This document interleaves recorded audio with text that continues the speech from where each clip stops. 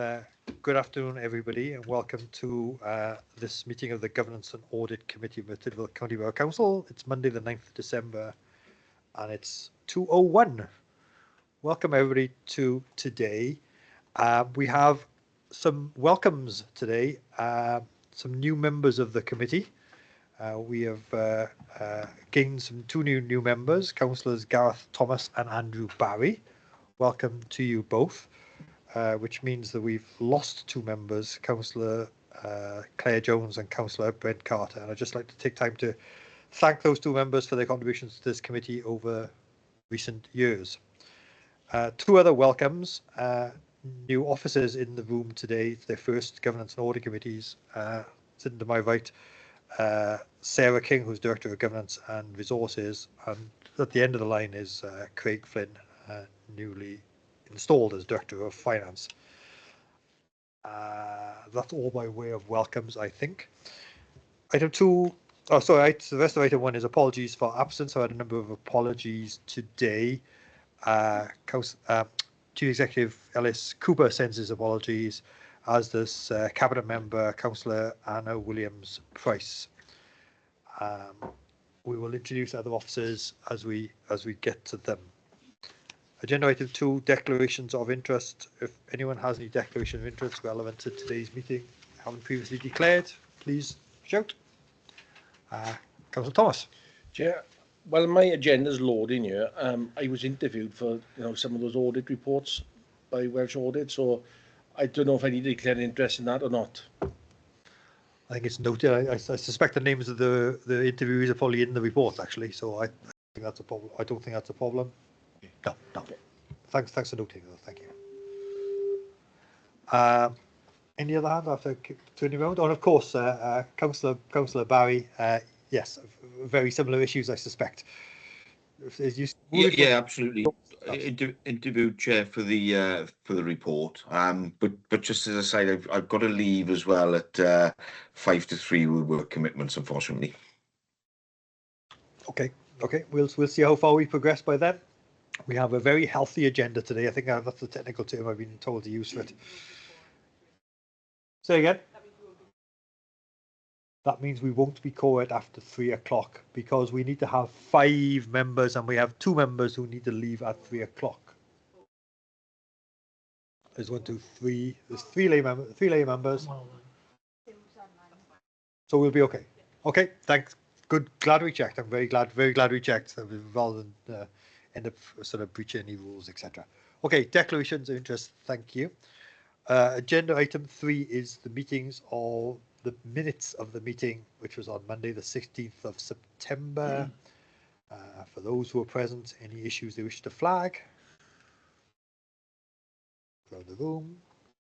Okay, thank you. We will therefore move on to agenda item 4, which is the action log, issues arising from that and previous meetings. First one for you to flag is number 1 on that table, page 9 of the bundle, which the last update says, following the presentation of the member self-assessment report to the GAC, the head of regional internal service working officers to develop training for the year. Do we have a date? Do we have a deadline? Do we have an update? Andrew Wathen. Thanks, Jay. Andrew Wathen, head of the regional internal audit service. We haven't got a date as yet. Obviously, we're waiting for Craig and Sarah to come on board. We'll liaise with both of them and ourselves to make sure we've got a programme up and running before the end of the timetable for next year. So early 25, Chair. Really helpful. Thank you. Thank you very much.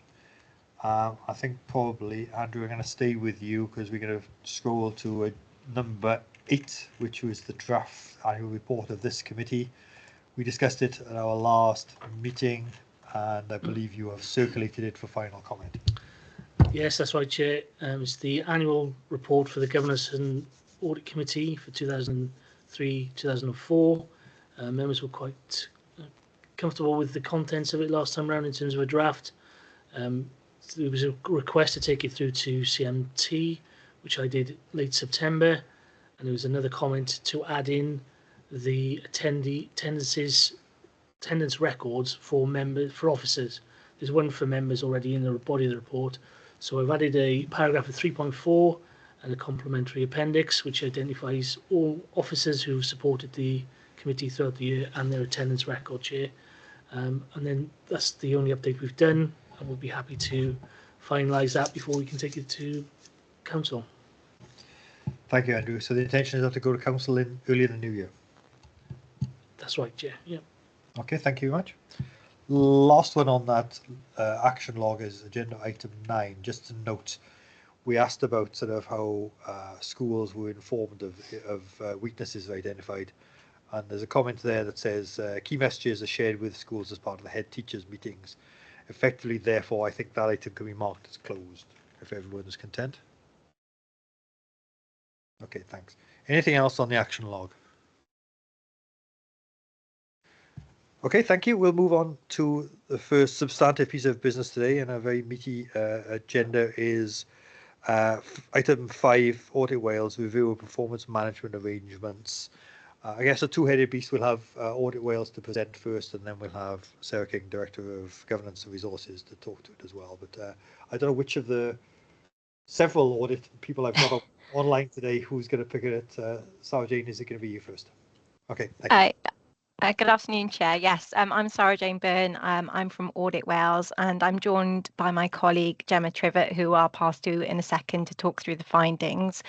But I just wanted to give a quick recap in terms of what we've covered and why we've done this piece of work. So the focus of our review was very much on the Council's arrangements for managing its performance at a corporate and service level. We didn't look at things like staff appraisals, and we didn't do a detailed review of scrutiny. On page 20 of the pack, on page 4 of the report, we set out the areas that we focused on. So that included the performance management framework, the Council's arrangements to monitor and challenge performance, and we also looked at whether it reviewed the effectiveness of those arrangements. It's also useful just to remind you in terms of the context and background as to why we did this review. So in the report, you'll see we refer back to the improvement board and previous reports where performance management has been raised. And I think it's fair to say when the improvement support package finished, at that point, we were quite optimistic about some of the things we were seeing in terms of the Council's performance management arrangements. But more recently, in the last, when we've been doing our assurance and risk assessment, we identified some concerns. So that prompted us to do this review that you've got today in front of you. We also did some work around wellbeing, objective setting, and a thematic review around outcomes and service user perspective, which are referenced in the report too. And on page 22 of the pack and page 6 of our report, we set out why performance management is so important. So I just wanted to give a bit of a background really to that, but I'll hand over to my colleague Gemma to talk you through the findings. But just before I do that, just to say, we have had some really constructive discussions with the Council on the back of this report, and I know the management response form is there, and I know Sarah, I'm sure, will talk you through that. But if it's okay, Chair, I'll hand over to Gemma to talk you through the findings because she was involved in doing the work. Thank you. Thank you, Sarah Jane, and welcome, Gemma. Thank you, Chair. Thank you, Sarah Jane. For the record, my name is Gemma Trivett, and I'm a Senior Performance Auditor. Thank you. So as Sarah's already outlined some of the background towards this report, just to clarify that I wanted to give thanks to colleagues and members for sharing documents and enabling us to sort of host workshops and interviews and answering several questions as we were going through the process, of course. So thank you for that. So in terms of our overall question, we looked to sort of explore, does the Council have proper arrangements in place to manage its performance? And within that question, we explored 3 main headings, if you like. Does the Council have a clear performance management framework that supports delivery of its corporate objectives? Does the Council have arrangements to effectively monitor and challenge performance? And has the Council reviewed the effectiveness of those performance management arrangements? Having reviewed those headings, we concluded that there are significant weaknesses in the Council's performance management arrangements. And this is concerning because, as already explained, we previously recommended the Council strengthen its arrangements. Under each of those headings, we formed several sort of sub-conclusions, if you like, and that was that the Council's performance management framework has not been implemented consistently and effectively, and therefore does not support delivery of its corporate objectives. Some of the areas that we found in there, for example, that the existing performance management framework, which includes the self-evaluation and service plans. However, we found some weaknesses in the service plans and the directorate self-evaluations, which we believed undermined the extent to which they can be used to support the delivery of the Council's objectives. And whilst priorities for improvement were identified in the self-evaluation, they've not always been progressed through to the service plans, which we felt limited the ability to inform the future allocation of resources. We identified that there are weaknesses in the Council's arrangements to monitor and challenge performance, and there are some positive aspects to the Council's performance management arrangements. For example, benchmarking data was held within the annual self-assessment, and that was also held over, I believe, a 2-year period from memory. There was, however, a lack of regular performance reporting, which we felt hindered the Council's ability to understand progress against its wellbeing objectives. QPIRs at the time of our review had been paused, although I do understand that that's been progressed since in the meetings that we've had with colleagues. And that we didn't feel that service oversight could always be evidenced in terms of the various sort of performance reports that colleagues felt that were being dealt with at that level.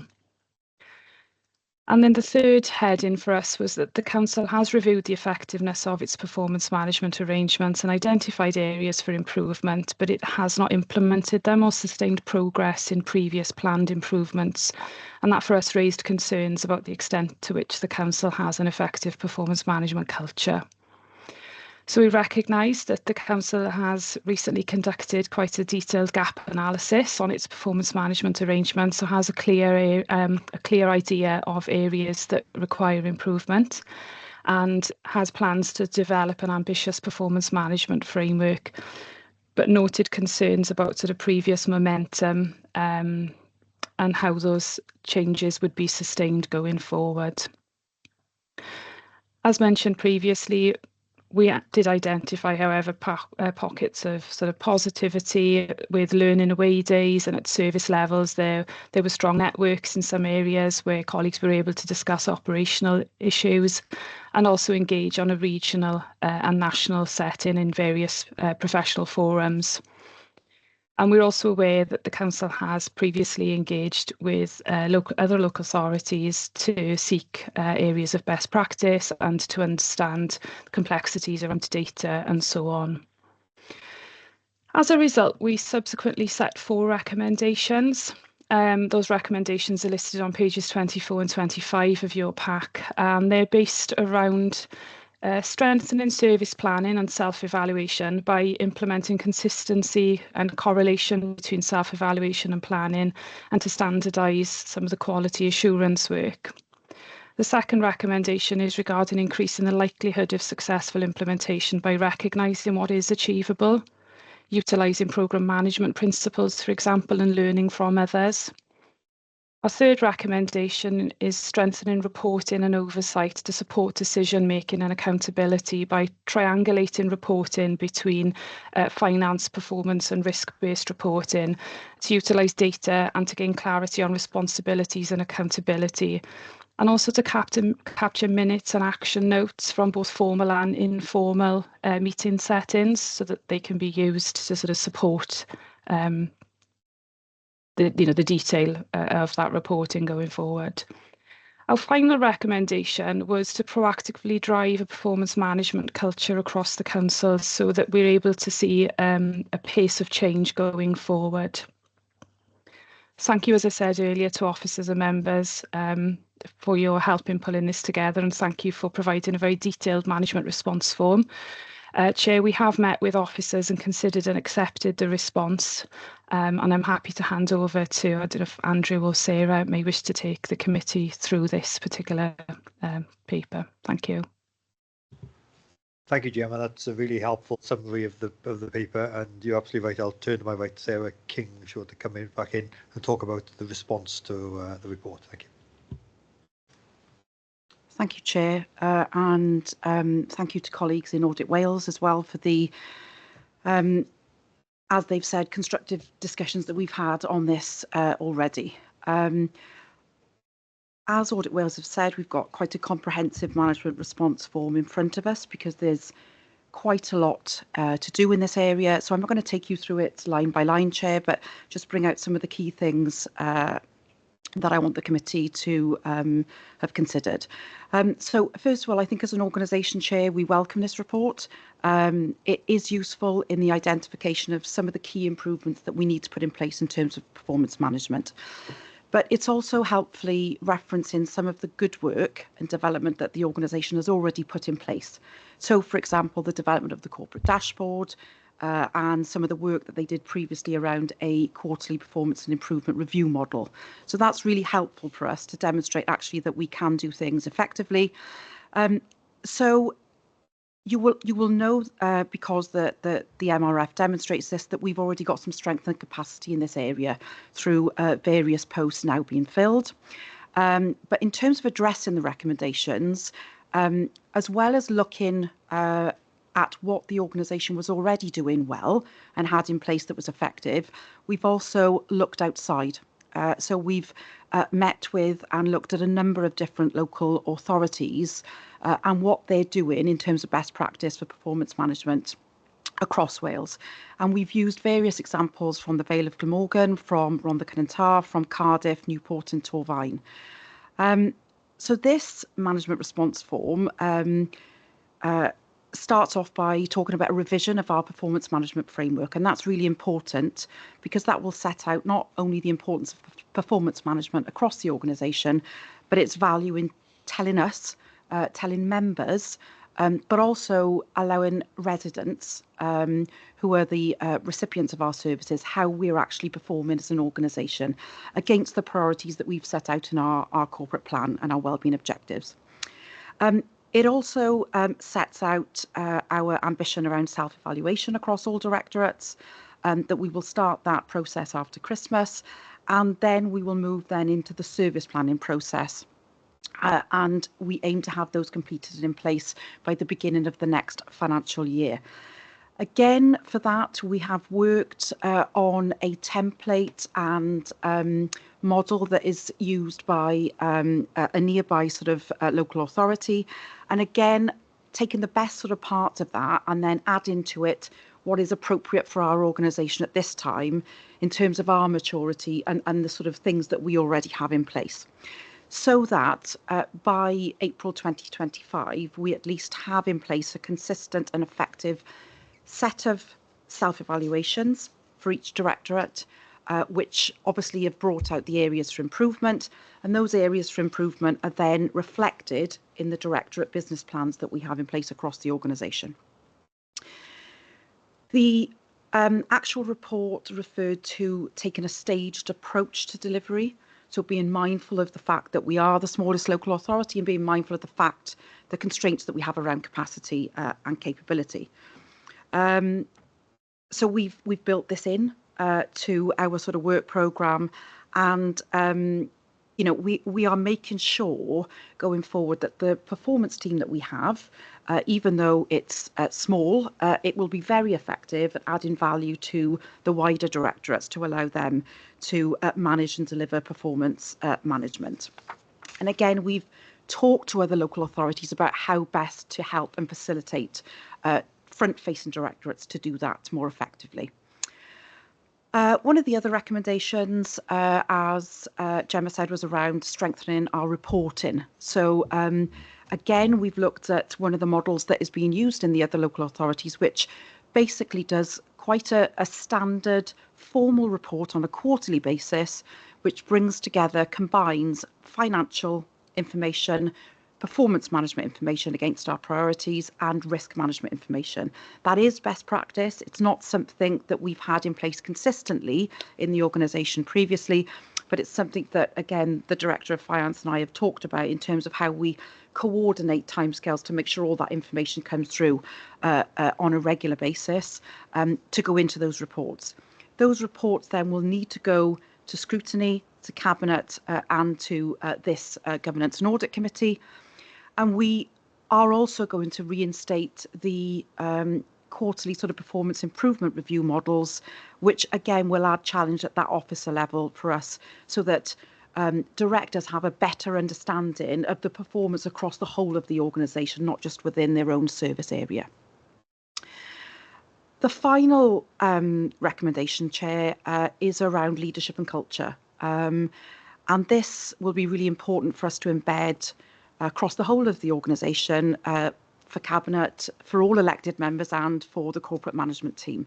So we will look to put in place, whatever training and skills package that we think people need to understand the value of performance management, and to understand the value of having a robust and effective performance management framework in place.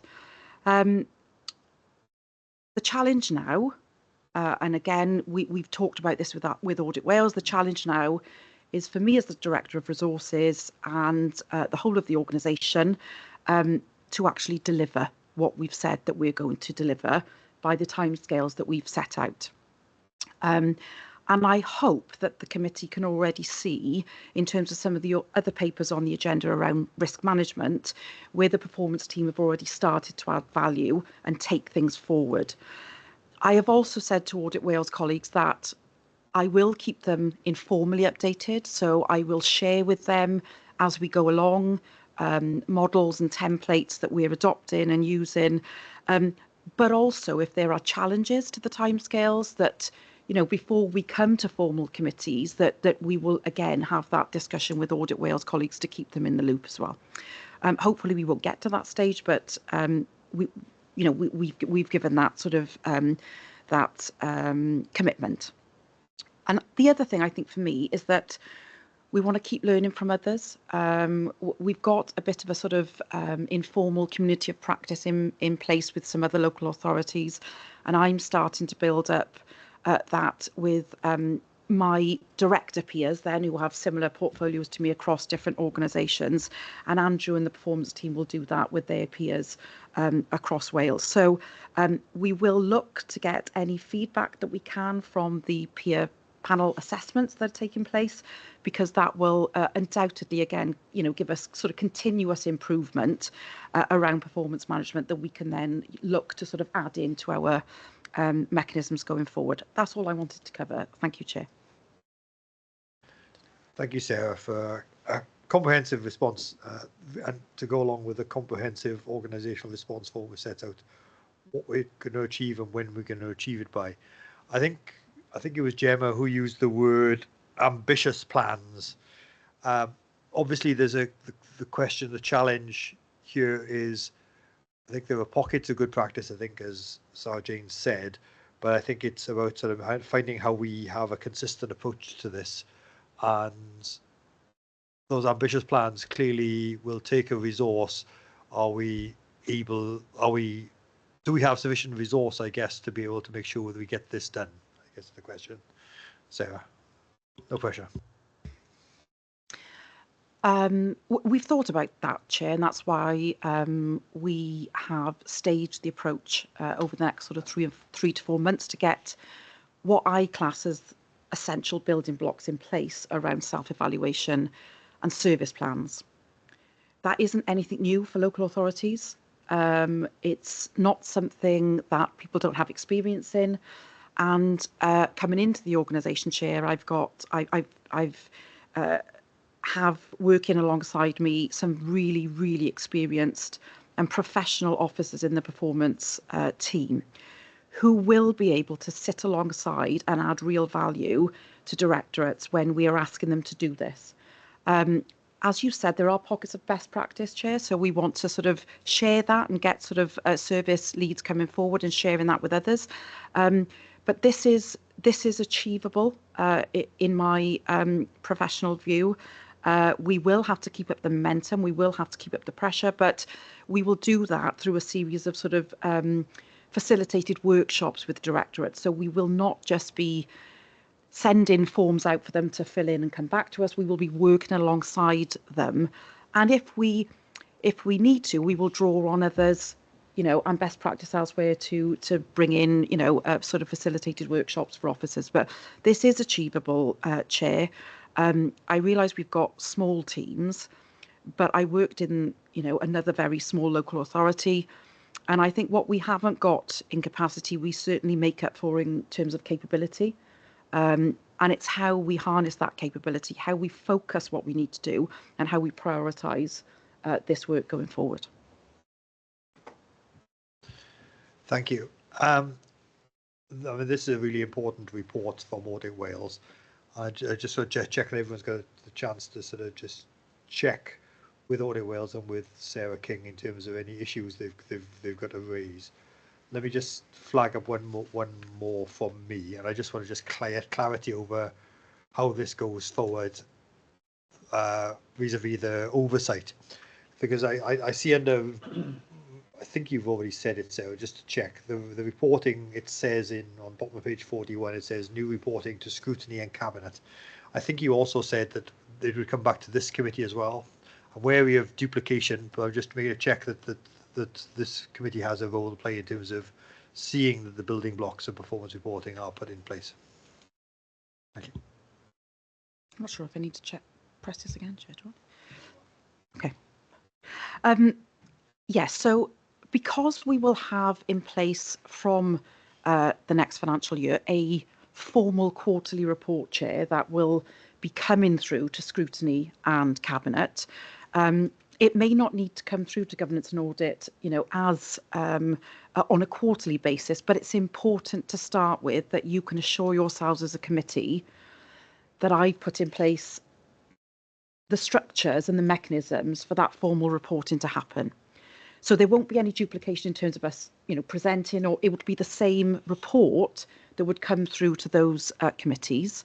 But it is important, I think, as you've just said, Chair, that you can assure yourselves that by the time we start formally reporting, those formal reports are being drawn from the self-evaluation that's taken place and the service plans that are in place, and then I can provide that assurance to committee, and then that we keep that regular momentum in place and nothing falls away. So I think from the assurance perspective, Chair, that's what I mean in terms of it coming back to governance and audit. That's really helpful. We just make sure it sits on our forward worker programme as soon as we see it. Andrew, of course, Andrew Mock. Thank you, Chair. And the other thing as well is there's another report on the agenda today regarding the AAP system and regular updates. So something I confirmed with the directors this morning was that I, with the team, would look at all recommendations in the same way as we have for the report today going forward. And this obviously being a critical report for the organisation, hopefully you'll gain assurance from that process as well. Yep, that's really helpful. Thank you for that. Oh, okay. I don't see any other hands up. Thank you, Gemma. Thank you. So, sorry, Councillor Barry, do you want to come in? Thank you, Chair. First of all, I think in the team that we currently have there, Sarah, Craig, and Andrew, it gives me great hope that this will really take flight now. Performance has always been an issue for me, and I've always wanted to see a figure, and if you look at the OBR, so the Office for National Statistic reports, they talk about output being down by 1.2% in the public sector over the last 3 months to June, and down 8.5% to pre-pandemic levels. Now that to me is a real figure to sort of tie the authority to, so you get a chance to understand, is our productivity up from our officers? Is it down by our officers? What does that relate to in terms of finance, in terms of what we need in terms of resource to do what we need to do? So I think we've got a way to go in terms of performance and measuring effectively. In terms of the historical perspective of the report, the 2019 to 24, I've always sort of thought that, when we look at finance is always brought up, but over the 5 years, 2019 to 24, we've always turned surpluses. You know, we turned surpluses through the pandemic, Storm Dennis, cost of living crisis. So the authorities has been in good hands. You know, I think the officers have played a blinders, it were, over that period, and really worked hard to keep the trajectory of the authority in that right direction. There are, however, some concerns at the moment, and a question to Craig, really, in terms of the last sort of 3 months, about one of the pillars of our financial governance, and that's the budget board. How many have we had budget boards in the last 3 months? Thank you, Councillor Barry. It looks like you've just frozen as you posed the question. So in case there's anything else, I'll just turn over to Craig Flynn, Director of Finance. It's a very specific question. I don't know if you got the answer, Craig.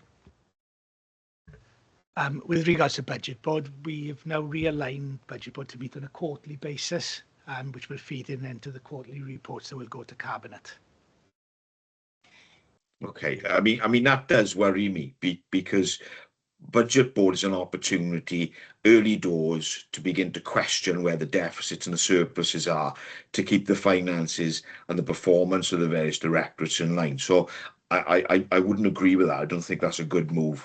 The other issue, and it talks about it in recommendation 3, where it covers the alignment of performance with finance and risk management. How many risk management I suppose workshops have you had with elected members over that same period, over the last 3 months? Gosh, I don't know. That's for Sarah or Andrew? Andrew.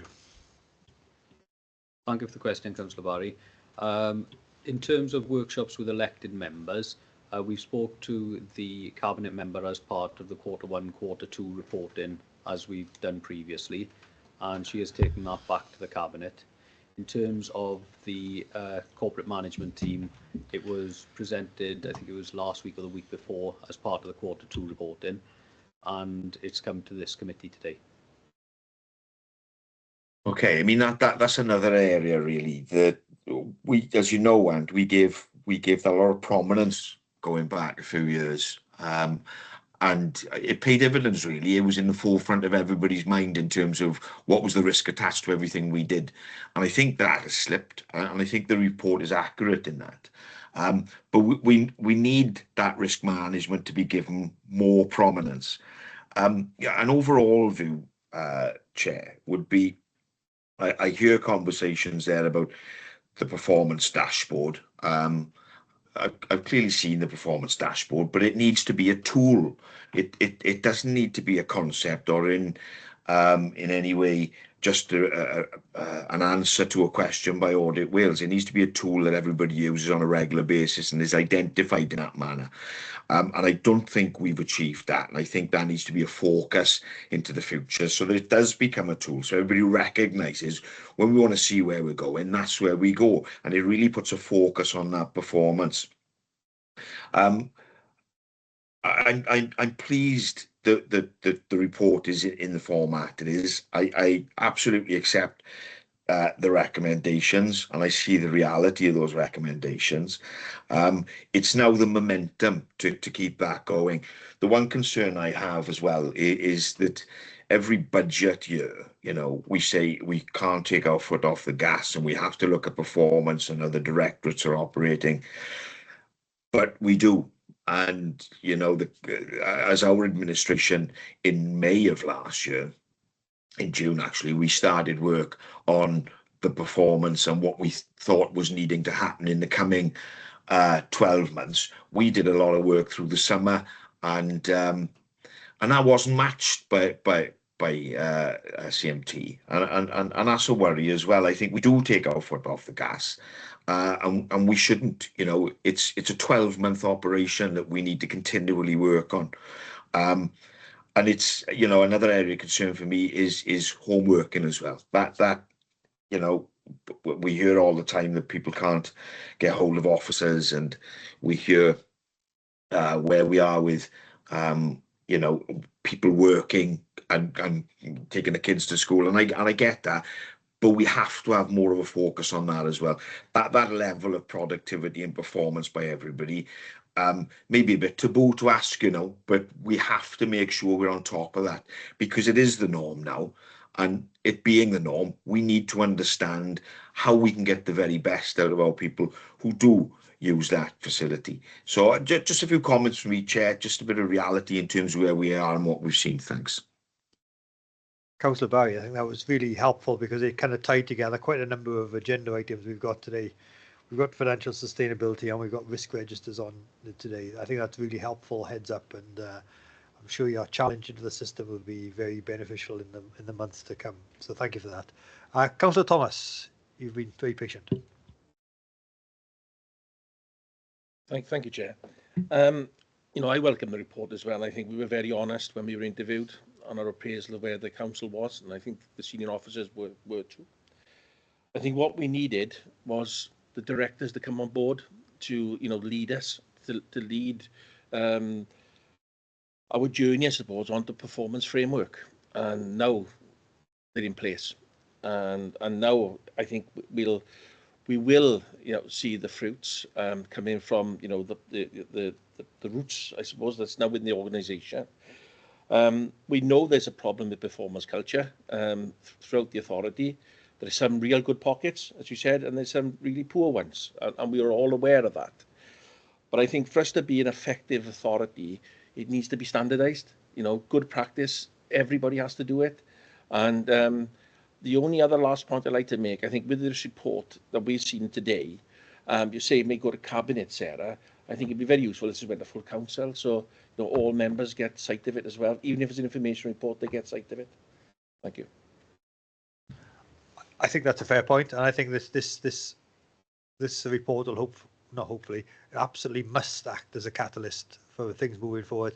It's timed very well with the new officers who are on board with us, and as Sarah said, the talking this far, it's plans and talking about what we're going to do, and now it has to be done.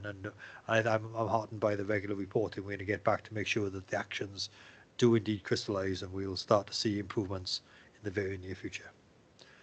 Thank you. Any final thoughts from anyone? Thank you. A very helpful discussion on that was agenda item 5. We'll now turn to agenda item 6 in a similar vein. Another Audit Wales report. This one is on financial sustainability review. And I look around the room to see if it's Sarah Jane who's going to be introducing this one again. Hi, yes. So on this item, I'm joined by my colleague Alison Rees, who I'll hand over to in a second. But again, just to give you a bit of kind of background to this piece of work. So this is a review that we have done at all 22 councils. You'll be aware we've done similar reviews in the past. And as it says in the report, we were looking at the council's arrangements to support its financial sustainability. And we looked at 3 particular areas. So we looked at the approach in terms of longer term financial sustainability, understanding of the financial position, and then also reporting and oversight arrangements. I just also wanted to highlight that literally this week we have also published a national summary report. It covers a number of themes that were reflected to us by councils throughout the reviews that we did, and we have also updated our data financial tool. So definitely prompt you to have a look at that report and that data tool if you haven't already. So yeah, just wanted to give a quick overview, but I'll hand over to Alison. I'm sure Craig will want to come in afterwards, but I'll hand over to Alison first off just to talk you through the high level findings. Thank you, Chair. Thank you, Sarah Jane, and welcome, Alison. Good afternoon, Chair. Good afternoon, everybody. Just to introduce myself, I'm Alison Rees, and a senior auditor within the local government performance audit team at Audit Wales. Thanks to Sarah for sort of setting the scene really in the background to this review, and also the fact that the National Summary Report for Financial Sustainability has recently been published. And as Sarah mentioned, within that report, a number of the sort of external factors and common themes really that we heard about as we were undertaking this review across the 22 councils are reflected within this National Summary Report rather than in the individual sort of 22 local reports.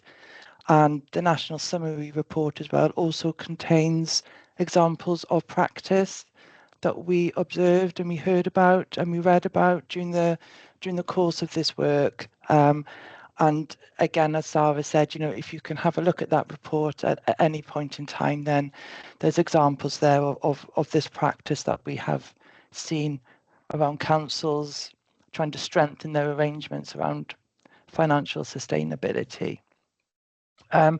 We did this review at the council in May, and this report does reflect the arrangements the council had in place at that time. I'll just sort of run through, so I'll give a bit of an overview of the report. I won't go into too much detail, as I'm sure you've all had the opportunity to read the report. Some of our sort of key findings, really. The council continues to take a short-term approach to addressing its financial position and lacks capacity at a senior officer level to develop a long-term approach to improve its financial sustainability. At the time of the fieldwork, the council was in the early stages of considering its medium to long-term approach to financial sustainability and was actively involving members in designing that approach. At that time, the council was also seeking to bolster its senior management capacity through the creation of a new corporate director, and we're recruiting for this position at the time of our fieldwork. There had also been a high turnover of staff in the council's finance team, including the role of the Section 151 officer. We found that the council has a good understanding of its service pressures and models reasonable assumptions to inform its budget, but it did not adjust its assumptions over the medium term, which could impact on the accuracy of the identified budget gap.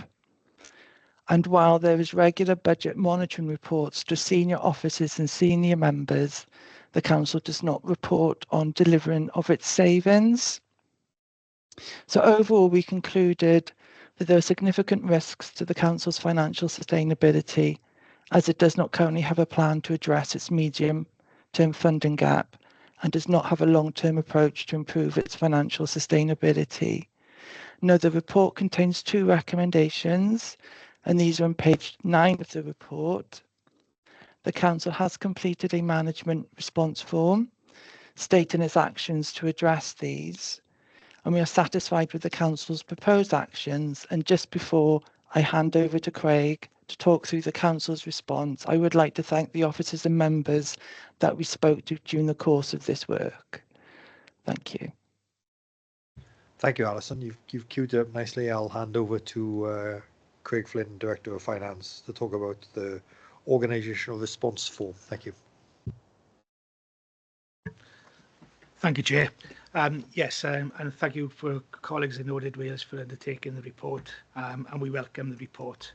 I think it's fair to say that the findings, although for Merthyr has been highlighted in the national press, it is not too dissimilar to the findings in a number of other local authorities with regards to the challenges faced in the short term with regards to financial sustainability and across the medium term. The council, as said, as touched on with regards to performance, is always open to looking at best practice in other local authorities, and the interim Section 151 arrangements that were in place over the summer has allowed us to explore opportunities and embed those within our current practices.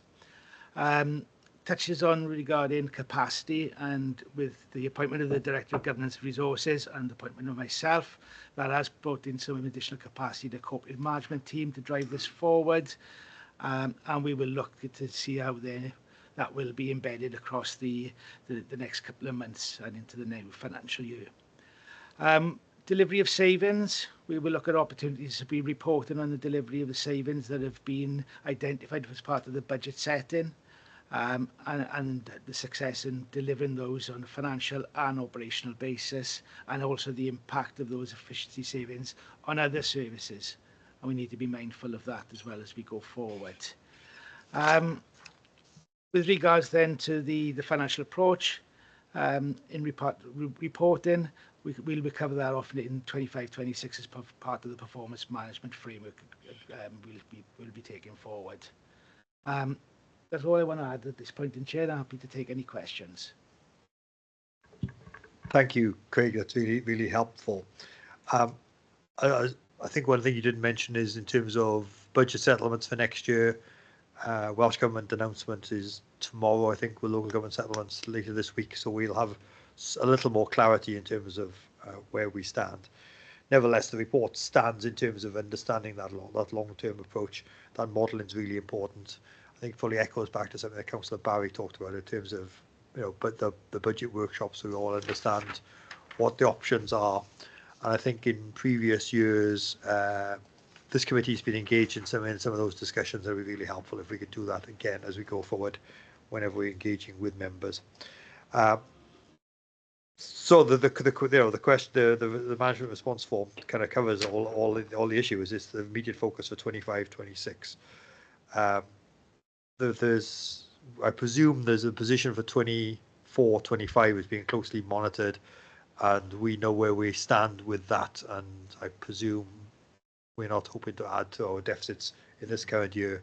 Can you quickly talk a little bit about where we are 24-25? Yes, on the 6th of November, a report was taken to Cabinet with the Q2 position for 24-25, which reported a £647,000 deficit. So as we go forward, we are aware of some of the recurrent pressures that we will need to factor into our 25-26 budget setting process to account for those recurrent issues that we will address. And we will look to explore all opportunities in year to take remedial action to make sure that that budget then is balanced in year and there will be the deficit being reported. So just to check, that's what you're saying is you're hoping to claw back the 647 in year rather than using resources or carry forward in deficits. Is that correct? That will be our plan, Chair, as we go forward. Obviously, we'll have the Q3 position at the end of December, which we will report through in February of this year with any updated pressures. But we are confident that we'll be able to bring that position back in line by the end of the financial year. Thank you, Craig. It's always good to know there's a plan. Thank you. Questions for either Audit Wales or for Craig? I can see Councillor, I don't know who to went first because there's two different systems, but I'll let Councillor Barry go first because he's online. He caught my eye first, and then I'll bring Councillor Thomas in. Thank you, Chair. Craig, what deficit are we working to for 25-26 at the moment?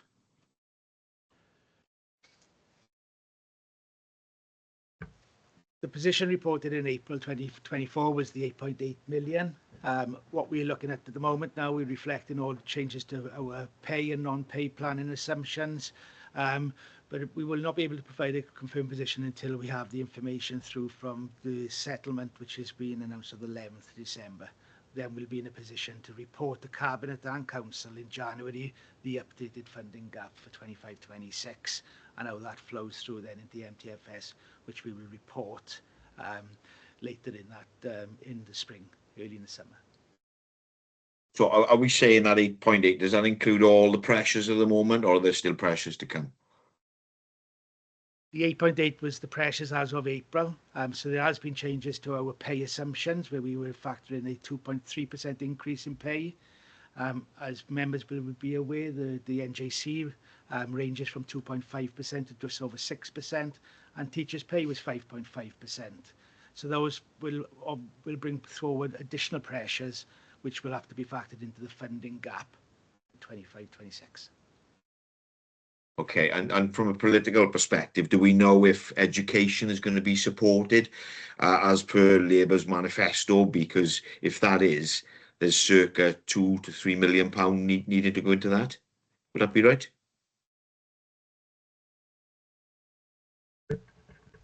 I don't think I can comment on that at this stage, Councillor Barry. That's a political decision that will have to be made and will be relayed to the various committees. Okay, so you haven't had those discussions yet? I say that as I just refer back to that previous answer, that is a political decision. I guess all will be revealed in the next couple of days, I suspect, Councillor Barry. Okay. Thank you, Chair.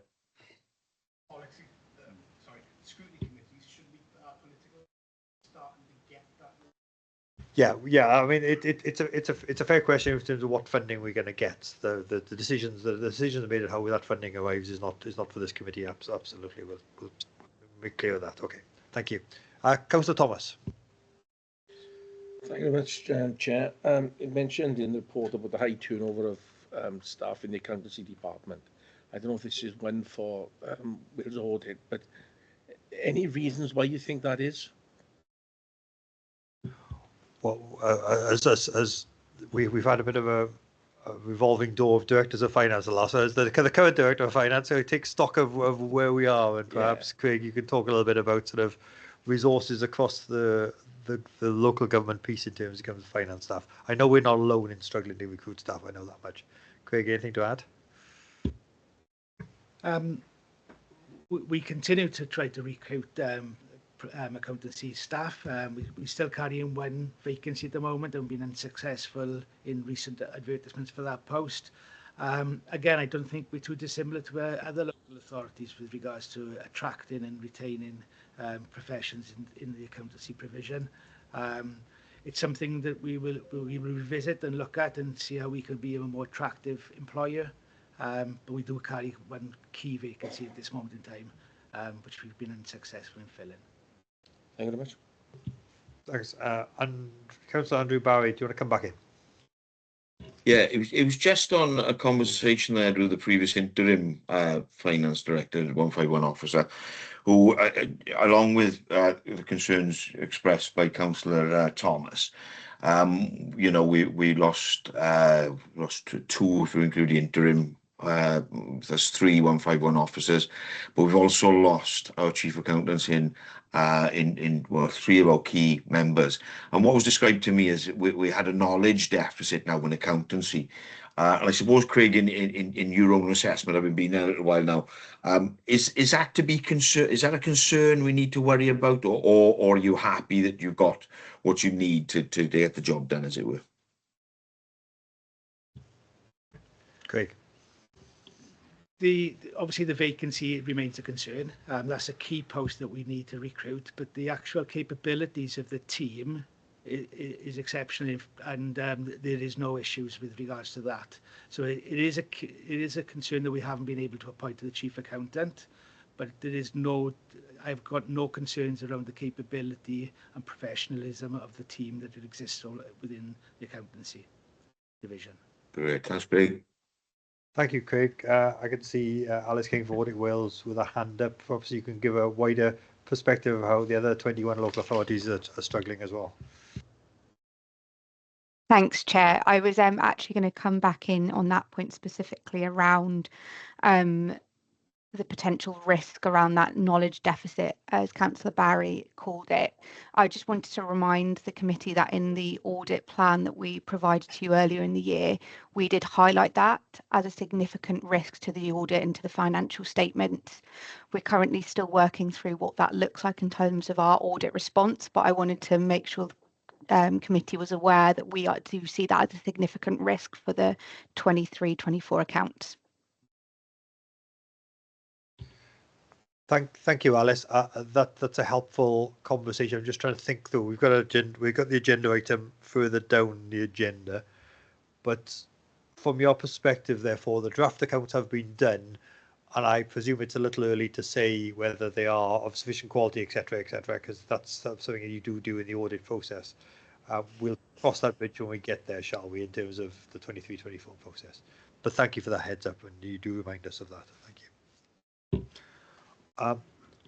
If there's nothing further, we recognise fully that the financial sustainability is an issue for us, just like it is for all the other authorities, and I would commend reading the national report. Of course, Wales Today and others picked it up and highlighted Merthyr along with another authority in North Wales, and yes, there is clearly a spotlight in terms of local government finances. And whilst I don't think anyone has yet managed to plant and grow a magic money tree, we will see what the budget settlement comes out in the next few days. Thank you. We'll stay with Audit Wales and we'll move on to agenda item 7, which is the work programme and timetable. Is this you, Alice? I see you nodding. Alice. Yeah, thanks very much, Chair. As normal, when we take through the quarterly update, I'll cover off the financial audit aspects and then I'll hand over to Sarah Jane, who will take you through the performance audit element. So this is our quarterly update up to the 30th of September 2024. We are slightly out of sync with the committee timetable with this update, so we will give verbal updates on these areas if anything has moved since this report was pulled together, just so you have the current position as well as this summary. So we've started there with our annual audit summary. We do provide this every year, and we will be providing this in 2025 on the completion of the audit work for 23-24. Moving on then to financial audit work. We have closed all the 22-23 grant claims, and that was concluded in July 24.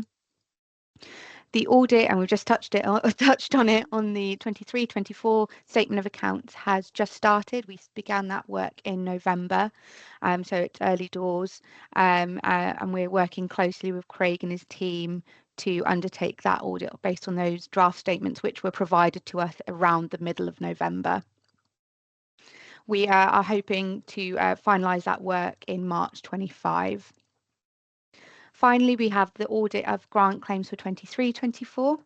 Can say that we have concluded our work on the National Non-Domestic Rates Return and Teachers' Pension, and our work is underway on the Housing Benefit Subsidiary Reclaim.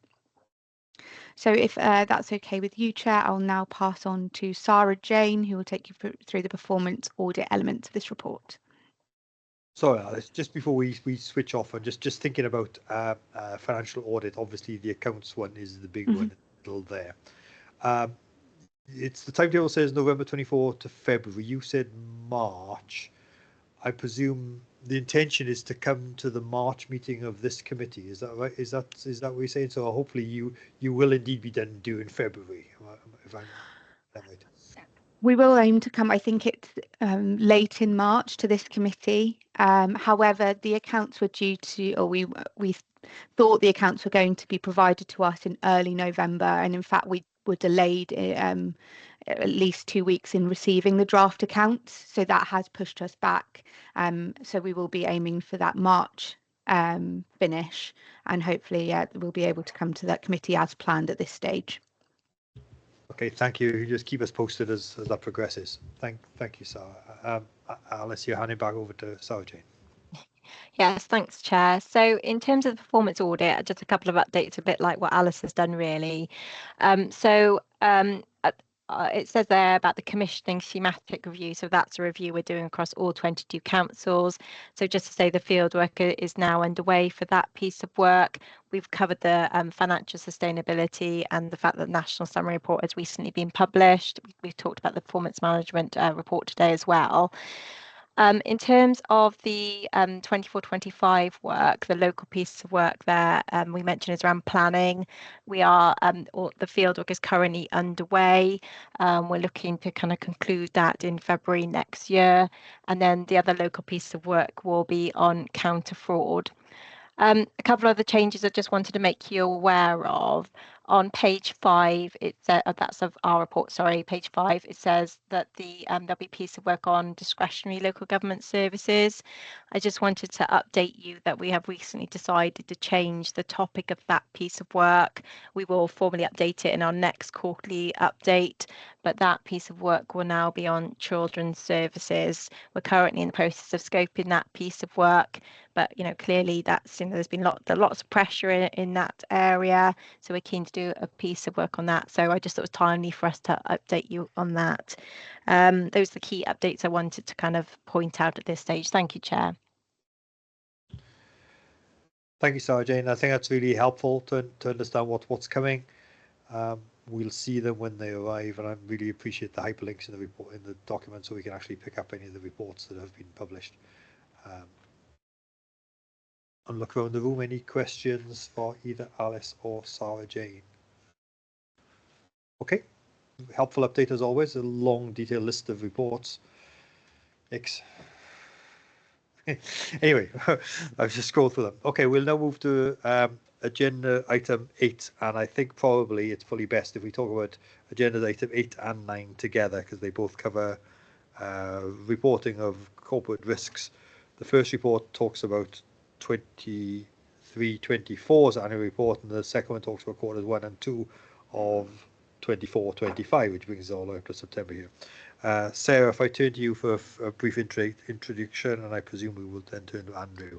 But Sarah, if you want to go first. Yeah, thank you, Chair.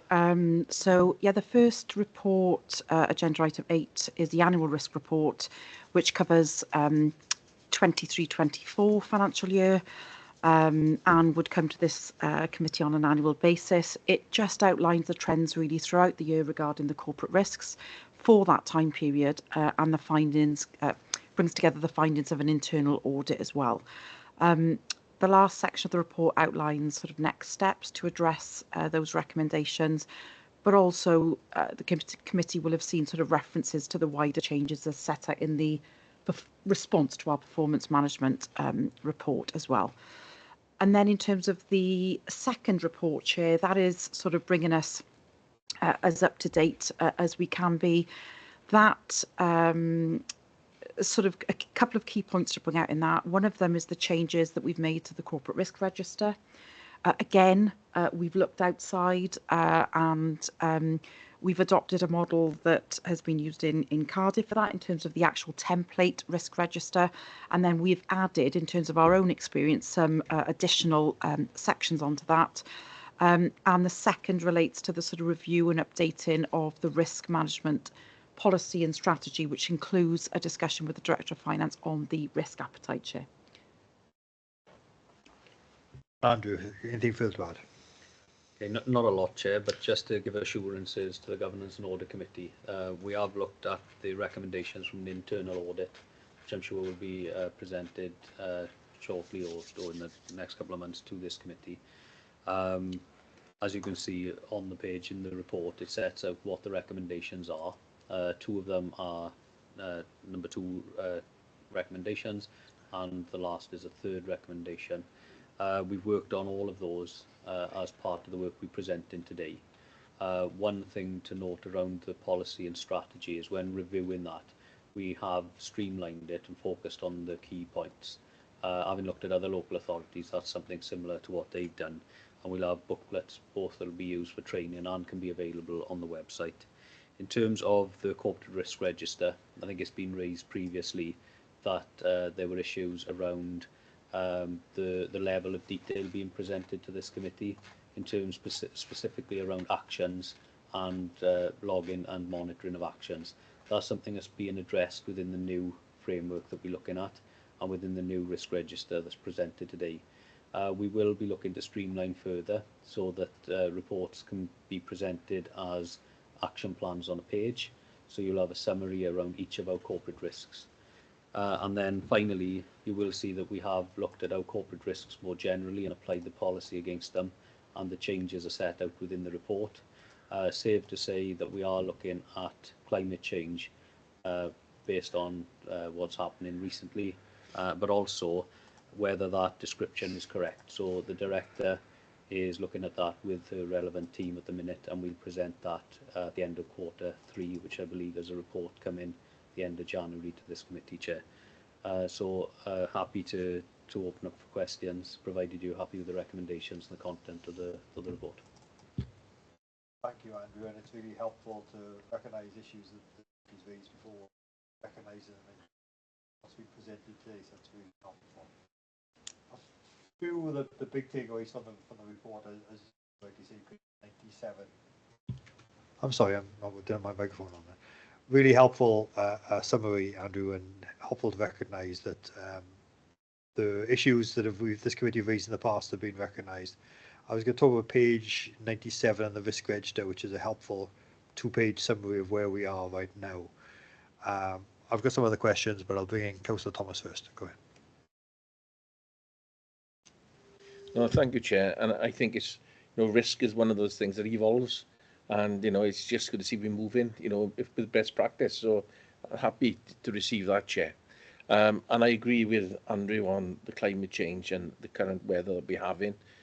Just this year, the slip on Vayner Road, Ponsarn, what we've seen now up in the Nat Monas in Pant, and some of the other destruction, it could be devastating to the council finances if we're not supported by Welsh Government. So I think when I looked at that at 16, I went, "Whew, I think that needs a little bit higher." Yeah.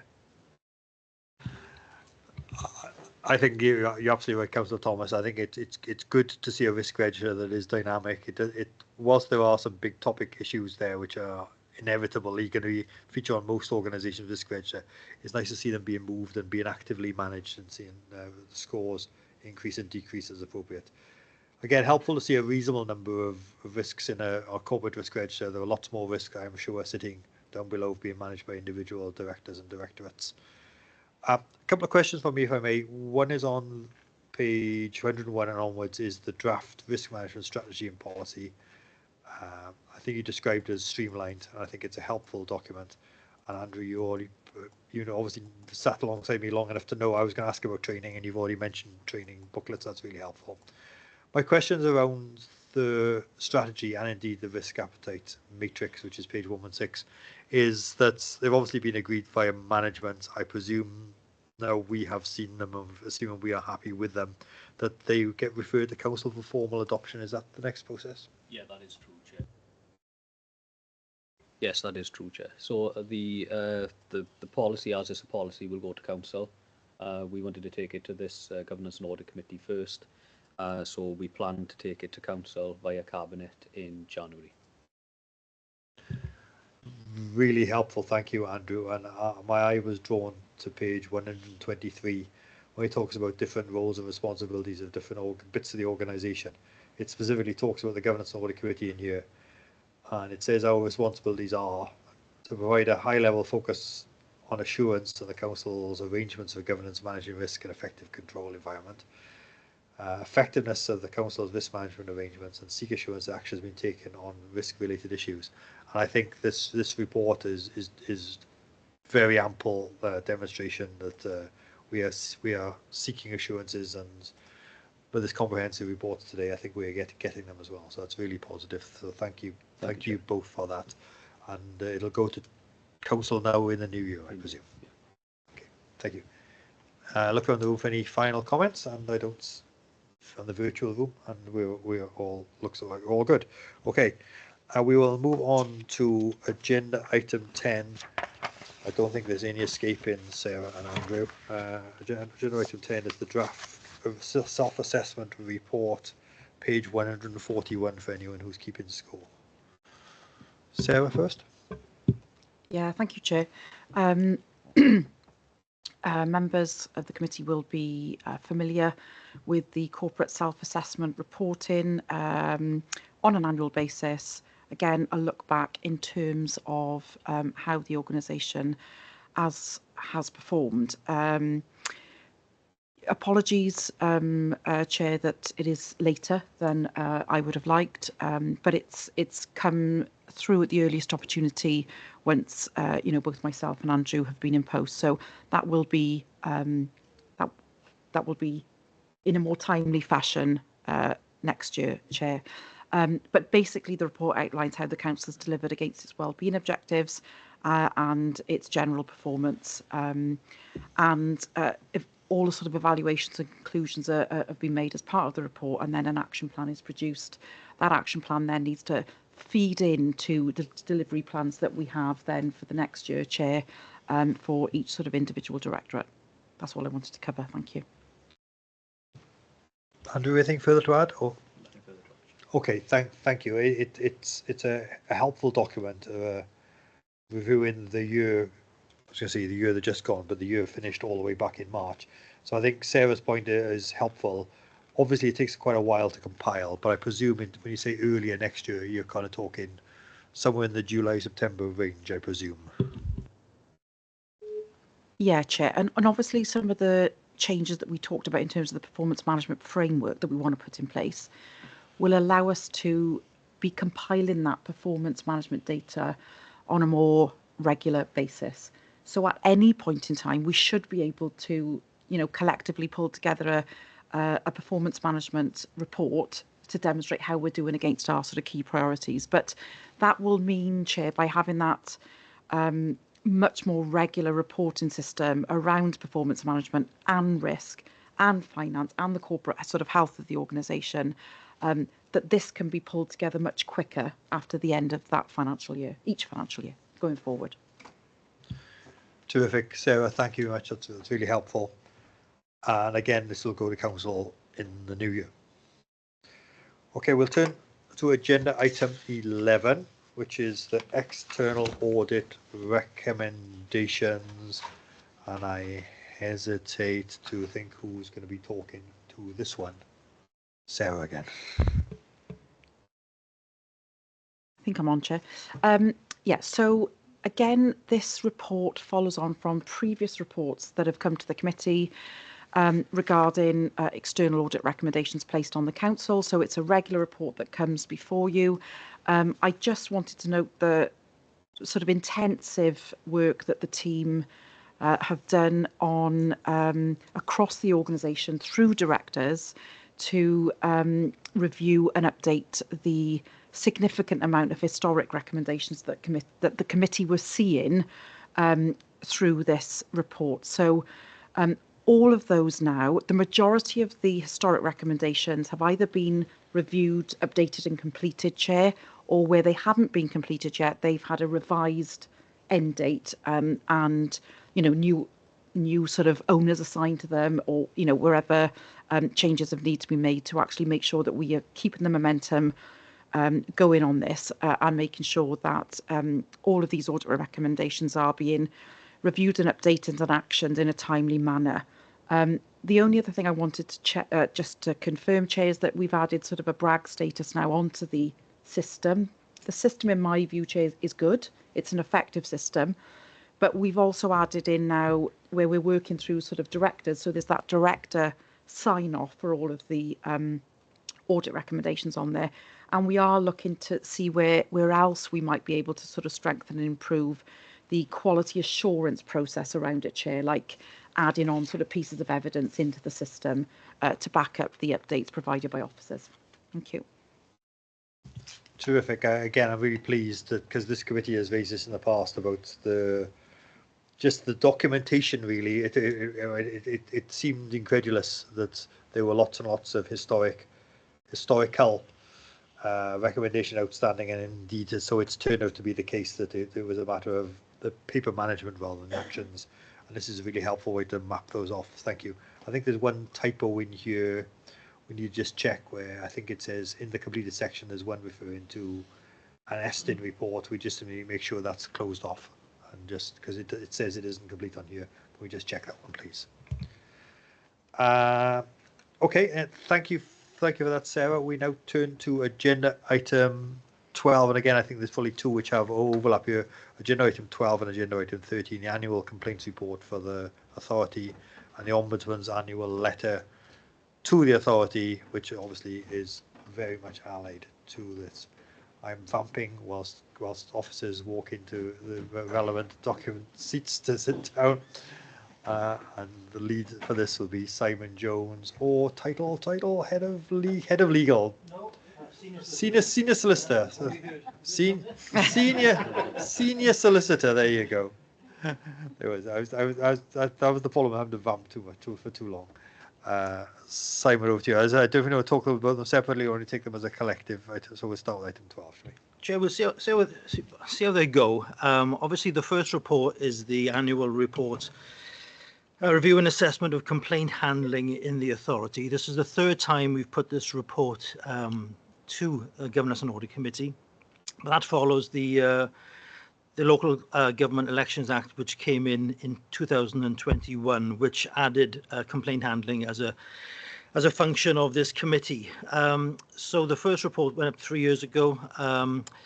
First thing I would say is not a lot has changed in relation to the way we handle complaints. The last major change was back in 2021 when we adopted the Ombudsman's model complaint policy.